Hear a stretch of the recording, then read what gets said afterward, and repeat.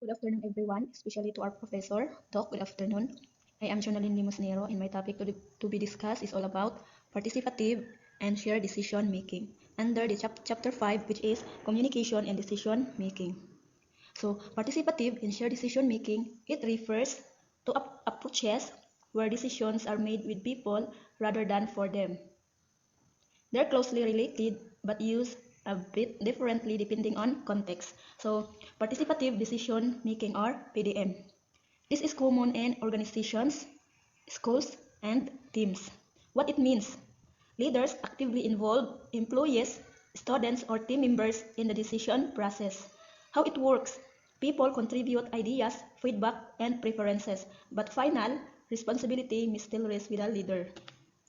Example: a manager asks team members to help design a new workflow and incorporates their suggestions before deciding. So ang benefits po nito is higher engagement and ownership, then better use of collective knowledge and increased trust and transparency. Shared decision making or SDM. This is most often used in healthcare, counseling, and social services, but applies elsewhere too. What it means: decision-making responsibility is shared equally between professionals and individuals affected by the decision. How it works: experts provide evidence and options. Individuals share values, preferences, and lived experience. So, ang example po nito is a doctor and patient discuss treatment options, rest and lifestyle preferences before choosing a plan together. The best decisions are made together. Absolutely, the best decisions are made together. Captures the heart of participative and shared decision making. Why it works: different people bring different knowledge and perspectives. Those affected feel respected and committed. Decisions are more realistic, ethical, and sustainable. For example, when a teacher and students jointly set class rules, the students are more likely to follow them because they help create them. So in short, together equals better understanding, better choices, better outcomes.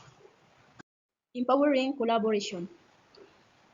Empowering collaboration means creating an environment where people feel confident, respected, and capable of working together to make meaningful decisions and achieve shared goals.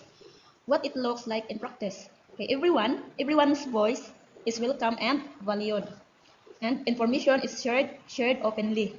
Responsibility and decision making are distributed, not controlled, and people are supported to contribute their skills and ideas.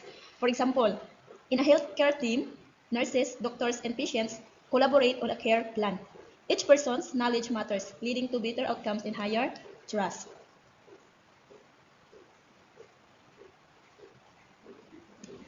Why it matters: builds confidence and ownership, then strengthens teamwork and trust, and last leads to smarter, more sustainable decisions. In essence, empowering collaboration turns participants into partners. Enhanced motivation and team spirit. Enhanced motivation and team spirit happen when people feel valued, involved, and connected to a shared purpose. What it means: when individuals are included in decisions and collaboration, they feel a sense of ownership. Their efforts feel meaningful, and trust and mutual respect grow. For example, in a project team where members help plan goals and strategies, people are more enthusiastic and support one another, leading to stronger teamwork and better performance. So in short, involvement fuels motivation and collaboration builds team spirit. Next is quality decisions through diverse perspectives. It means better choices are made when people with different experiences, skills, and viewpoints contribute to the decision-making process. Why it improves decision quality? Because multiple viewpoints uncover risks and opportunities.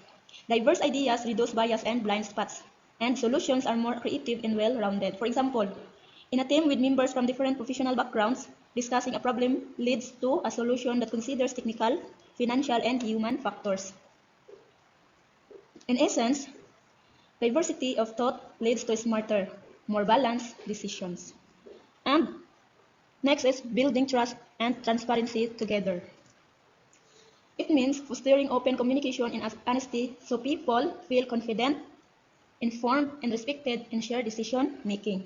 What it involves: open sharing of information and intentions, and honest dialogue and active listening.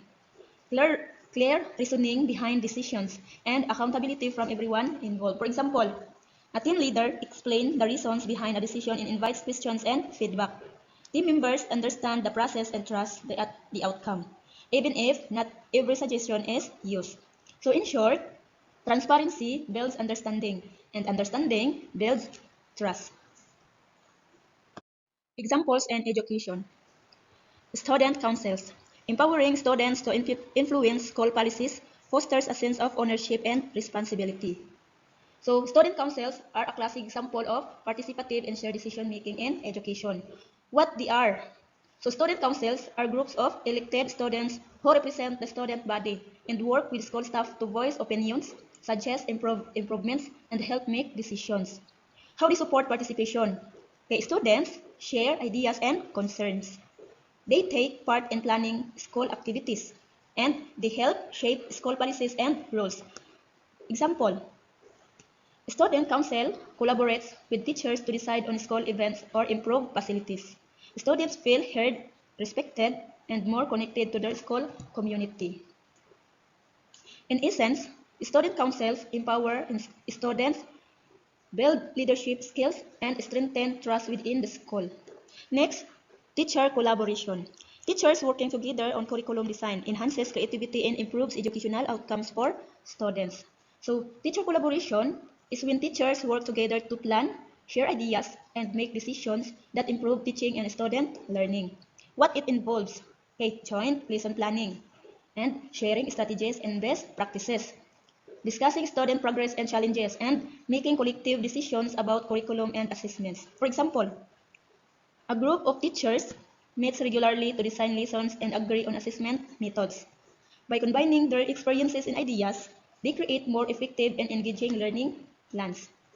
In essence, teacher collaboration strengthens professional growth, consistency, and student outcomes. Slower decision-making processes can emerge. Slower decision-making processes can emerge is a common challenge of participative and shared decision-making. What it means? When many people are involved, discussions take longer. Multiple viewpoints must be considered, and reaching agreement can be time-consuming. Example, during teacher collaboration meetings, extended discussions about curriculum changes may delay final decisions, compared to a single administrator deciding alone. Why it happens? More opinions to consider. Need for discussion and consensus, and balancing different interests and priorities. In short, inclusive decision making improves quality, but it can take more time. So we need to embrace patience. Next, navigating conflicts and disagreements effectively. It means using respectful communication and structured methods to resolve disagreements so that decisions remain fair, productive, and inclusive. The strategies for effective conflict navigation. Number one, active listening. We need to understand the other person's view without interrupting. Okay, number two, stay focused on the issue, not the person. Avoid blaming or attacking. Number three, find common ground. Identify shared goals and values. And number four, use evidence and facts.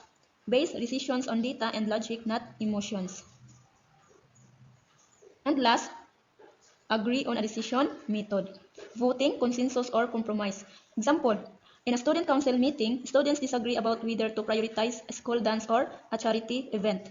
They discuss the benefits of both, consider student feedback, and finally, agree to plan the charity event first and the dance later. Why it matters? Prevents resentment and division, builds trust and respect, and leads to stronger, more lasting decisions. Next is balancing diverse opinions can be challenging. It is a common issue in participative and shared decision making.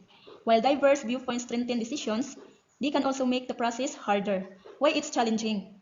Okay, different values and priorities can conflict, and some opinions may dominate while others are ignored. Then finding a solution everyone supports takes time, and it may be difficult to reach agreement or consensus. For example, in a student council meeting, some students want more sports activities, while others want more academic clubs. Balancing both interests and choosing what to prioritize can be difficult. Why it still matters? Even though it's challenging, balancing opinions leads to more fair and inclusive decisions.